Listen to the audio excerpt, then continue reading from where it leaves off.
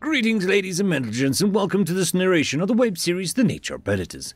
If you are new to the series, there is a playlist listed down below in the description.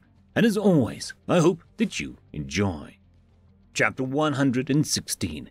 Memory Transcription, Slanek, Vendel Space Corps. Date, Standardized Human Time, January 14th, 2137. Human and Kolshian casualties escalated as the firefight raged on in the tight corridor. The enemy had shifted their tentacled forms behind cover, and their response was measured. I was impressed with their level-headedness under the circumstances. My claws popped off, covering shots, while Marcel pried a panel open with his bare fingers for us to duck behind. It was a shabby cover, but it was better than nothing. The two of us awkwardly situated our rifles and peppered the Kolshians with fire. Our foes had found a robust set of tanks and storage containers to crowd behind, daring humans to charge straight into the stream of bullets. UN transports had reached in other areas of the station too. At least, that would discourage the enemy from summoning backup to one locale. Even with just the forces present, I wasn't sure how the Predators could flush our opponents from their resilient fortifications. "Pecking house, Slanek!" Marcel adjusted his helmet. His eyes darted from side to side, searching for a strategy. "There's only one way into the living areas of the station, and it's through them." I found a careless indigo leg poking out behind cover and steadied my aim with a cue to Marcel. My bullet zipped past its mark, tearing through the flabby flesh. A howl of pain could be faintly heard through the deafening exchange of gunfire, and the Kolshian's leg buckled. The human was ready to finish my kill. When the hobbled enemy toppled into the open, my best friend placed a clean shot through their brain as soon as they hit the floor. I drew some ragged gasps. "There's a dozen of them here, give or take, and I don't think grenades will do much here in all that clutter. We just gotta keep shooting them." The Predator popped off a series of shots, making sure to keep his head below the ajar panel. Our impromptu cover was impairing our sightlines a bit, though in this case I was sure the binocular eyes helped him focus on a narrow range of vision. Marcel stole peeks at the areas the Kolshians hunkered down in, keeping the elevated sightlines for a few seconds. A wicked smile crossed his face, and that murderous delight sent a chill down my spine. "What if we didn't shoot them?" the human asked. I watched in confused silence as Marcel's aim crept up to the soldiers. I couldn't tell what he was looking at. There was little more than a clutter of pipes in the shaft. He closed one binocular eye and inhaled through his stomach for several seconds. It wasn't easy to picture him as a hunter crouched in the grass, checking that his aim was true. His finger hooked around the trigger, and as a result, a small flame appeared from the stout tank. It seemed to be the standard emergency oxygen supply, which could be used to fill spacesuits in the event of an emergency or required maintenance. The flaming tank violently failed, creating a chain of high-pressure flames from others nearby. Screams came from the sheltering Kolshians, and a series of explosions sounded down the tunnel. The Kolshians flailed about from within the blazes. They were easy targets for the Predators to mop up. Human soldiers backed their wounded deeper into the tunnel, ensuring that they were clear of the blasts. A handful of troops had a good sense to deploy fire-retardant measures, and managed to quell the blazes after several minutes. The station's built-in fire suppression system helped, with overhead sprinklers drenching us. Marcel pressed two gloved fingers to his forehead before snapping them down with a sly grin. "Why engage in a tough gunfight when unclear results, when you can incinerate the enemy? Humans, so observant under extreme stress. That's my best friend there." I absorbed the shouted reports being passed around and took the cue to move forward. We cleared the path into the living areas with the unusual tactic. That meant that we could discover what happened to the station's inhabitants, and what the Kolshians were up to. It was possible that we'd encounter mangled human corpses. Sympathy swelled in my chest for the civilian Terrans trapped here, trying to protect their friends. "Stay alert, Slanek," Marcel murmured.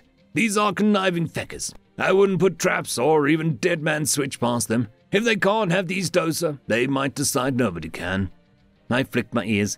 "Killing a bunch of your kind might be a worthy sacrifice to them, using civilians as bait. I understand the risks."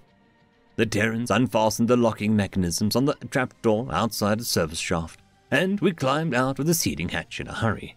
There was a ladder that could be taken, but waiting for each person to descend the rungs would waste time. I hopped down after Marcel, rolling to the rough landing on the metal floor. Several predators' heads whipped around, checking for signs of enemy engagement. Leaders spread their men in anticipation of hostile contact. Kolshian footsteps hurried down the narrow hallway, no doubt having heard the thuds of heavy primates' boots landing. We capitalized on a few seconds to ready ourselves, and a dozen guns sang out to mow the hostiles down with prejudice. The enemy didn't even have the chance to deploy their own weapons. It was a mere 4 security guards versus a sizable group of humans. I kept my head low as we jogged through the hallways. A series of empty rooms greeted us. This area wasn't bustling with activity. Kolshian reinforcements weren't bustling to our sector after how quickly we picked apart the entrenched defenses. So far, the battle was going as well as could be expected. We needed to locate some civilians and start to evac victims, while our comrades kept the pressure on in other compartments. "Why don't we check the medbay?" I shouted. "That's a logical place to start for re-education." Just like the Takan Dr. Zahn that wanted to whisk me off. A human leader narrowed his eyes. "Not a bad idea, Venny. How do we locate the medical areas?" "This seems to be the mess halls, games rooms, lounges, and so on. It was a standard design. We're adjacent to the personal quarters now," I explained. "Work staff will likely be closer to the center, with the medical areas having a separate wing. There should be signs of a raised paw pad, the doctor symbol, like your Red Cross." "Very well, lead the way, since you seem to know the ins and outs." I scampered to the front of the pack with hesitancy. It was a bit unnerving to feel the predators tailing me, and to know that their guns were at my back. My own weapon was ready in my grip as I turned left down the hall. My eyes were peeled for any sign of the doctor's symbol or a directory. It took minutes walking past several spaces, devoid of any souls, to encounter the paw pad sign. I tossed my head, indicating for the Terrans to follow down the dimly lit corridor. The silence was eerie, so I strained my ears for any sign of noise. The sounds of pained screams and unmistakable wail of a human stopped me dead in my tracks. I could detect the noise ahead, though the Terran soldiers had yet to catch on. "Did you hear that?" I asked. "Screams!" Our senior enlisted leader turned his ear before his eyes widened. "Double time! Move it, people! Split up if needed! Clear every room of civilians yesterday!" The predator's long legs left me in the dust as they hoofed it in the direction of their people. With an agonized cries to attract them, the guidance of Bavendel was no longer needed. I sprinted as quickly as I could, but Marcel scooped me up in his arms before I got far. My human rushed in the noise's direction and set me down once we reached the labs. His hazel eyes scanned for rooms that hadn't been cleared, and he pointed to a small lab. The lights could be seen flickering off from under the door, giving away that someone was in there. It wasn't clear if it was an enemy, but the humans and the doser should be pleading for rescue, not hiding. Marcel pressed his shoulder against the wall, and at his signal, I kicked the door open for him. I filtered in behind the muscular predator, who was bellowing commands in a bone-chilling tone to get on the ground. 2 Kolshians dismounted stools on Marcel's orders, though without fear befitting someone's first encounter with an enraged human. Microscopes sat abandoned on the counters, with cell slides up for examination.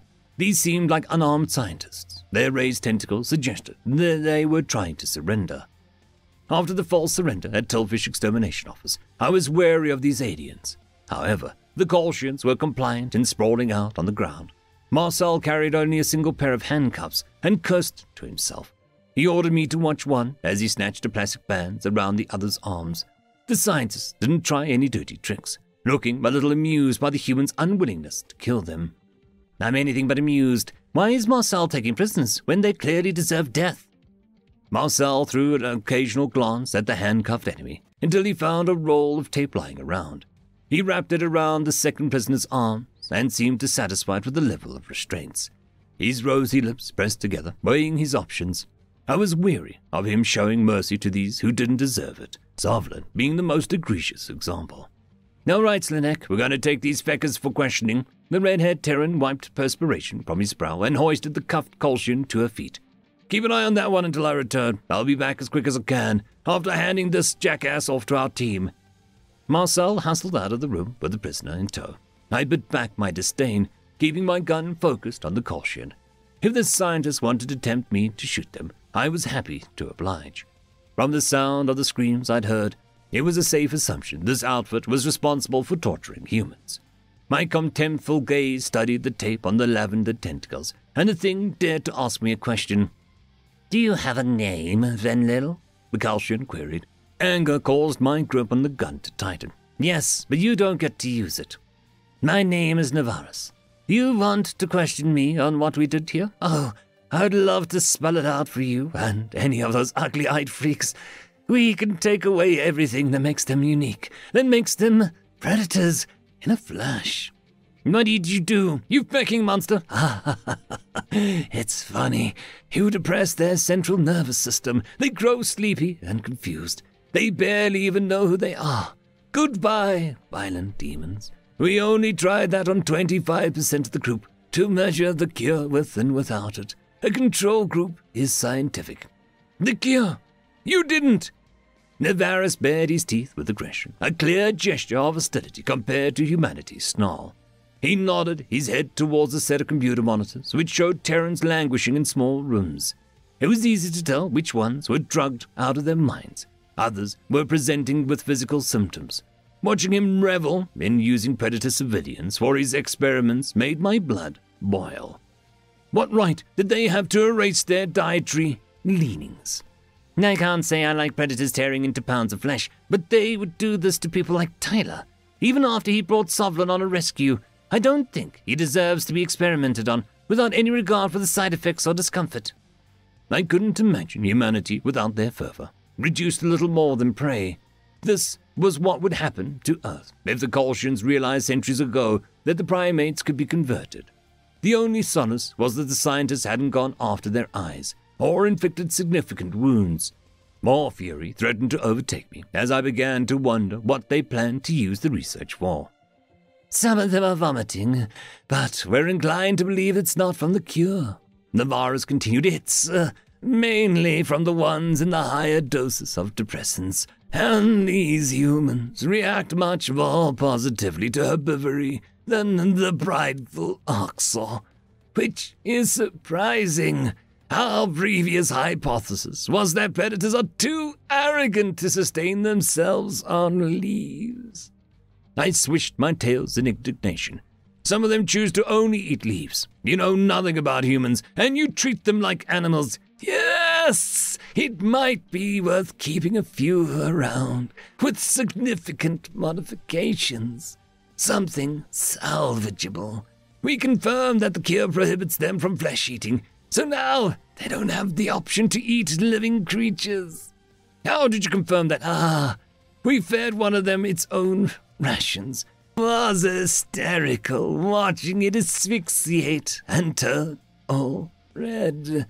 We're all born into the government caste, kept away from broader society, working in secret.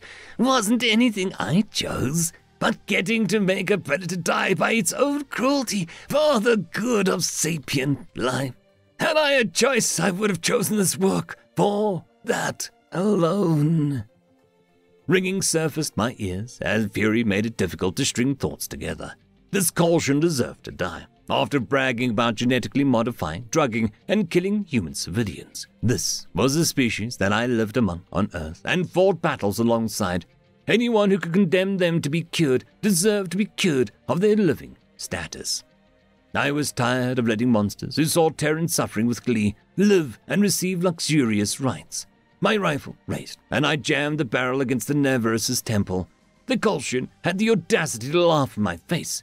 All I could think was how gratifying it would be to end his existence. A growl rumbled in my throat, and the predatory nature of that cue surprised me. Go ahead, do it, the enemy scientist barked. You don't have it in you. I pressed the gun deeper into his its skull. Are you sure of that? Of course I am.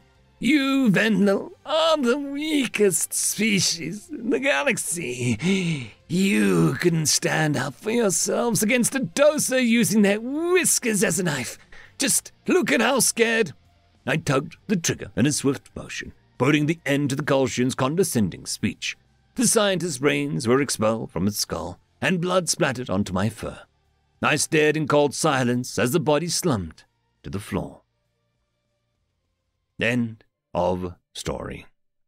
I would quickly like to thank our Tier 5 patrons, Dragzoon W.R.E, Quantum Wednesday, Ambrose Cattell, Lord Ashrakul, Bushmaster 177, Casper Arnholtz, Cam Maxwell, and Arcadian. Thank you very much.